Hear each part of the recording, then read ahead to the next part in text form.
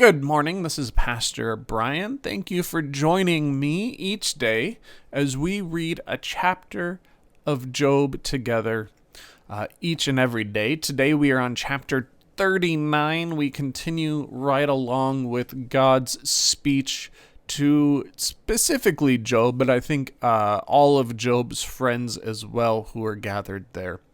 I'm reading from the Common English Bible, and let's hop in to chapter 39. Do you know when mountain goats give birth? Do you observe the birthing of does? Can you count the months of pregnancy? Do you know when they give birth? They crouch, split open for their young, send forth their offspring. Their young are healthy, they grow up in the open country, leave and never return. Who freed the wild donkey, loosed the ropes of the onager, to whom I gave the desert as home, his dwelling place in the salt flats? He laughs at the clamor of the town, doesn't hear the driver shout, searches the hills for food and seeks any green sprout. Will the wild ox agree to be your slave, or will it spend the night in your crib? Can you bind it with a rope to a plowed row? Will you trust it because its strength is great, so that you can leave your work to it? Can you rely on it to bring back your grain, to gather into your threshing floor?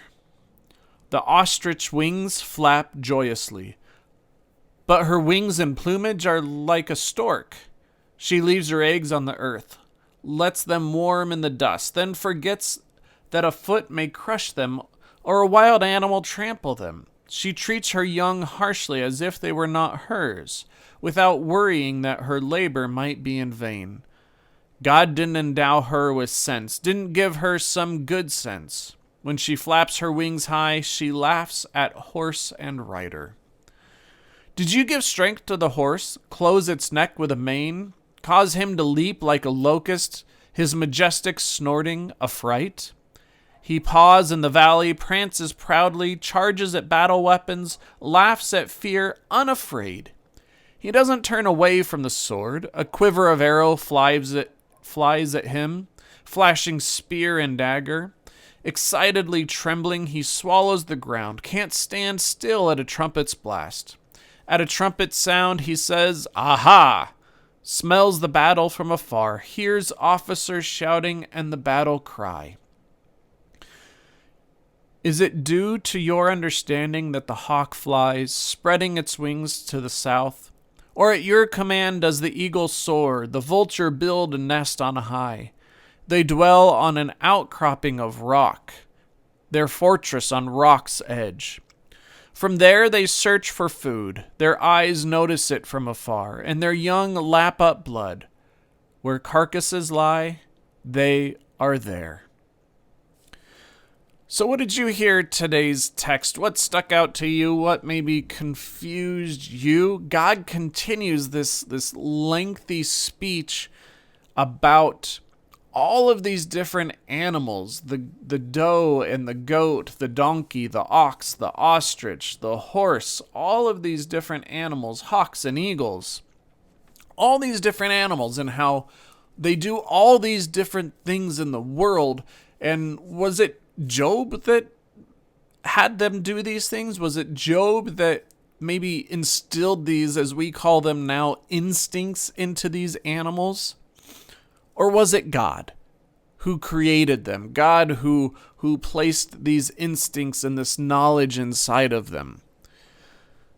So once again, God is establishing God's great majesty, I think. God's great ability to create such beautiful and complex creatures. And yet at the same time, I think it's with the ostrich, it almost seems to indicate that the ostrich doesn't have quite the sense that maybe even we as humans do.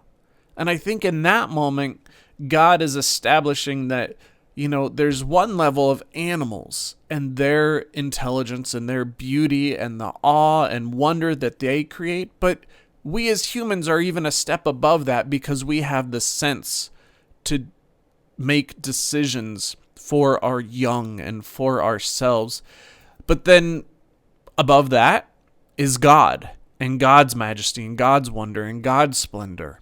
And so just kind of establishing this order in the world, that there are animals and there's plants and trees, and then there's animals, and then there's us, which are way above. But then God, as God mentioned in the creation of the world part, that God is way above any and all of that. And what's interesting as we look at all of this, as God establishes God's glory and majesty and understanding of the world, not once in 2 chapters has God ever attacked Job, called Job guilty, or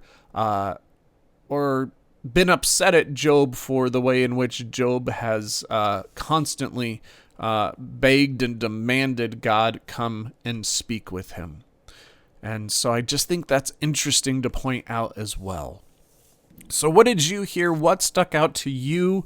What was interesting, confusing? Why do you think God went on and on about all of these animals and the creation and separation of the world? Write those ideas down, share them with someone, share them with us on social media. Thank you for joining me today. We are almost done with Job. Just 3 more chapters to go. And it has been an interesting journey and a wonderful journey as we look at this final section of wisdom literature in the Bible. Stay safe, take care, and God bless you all.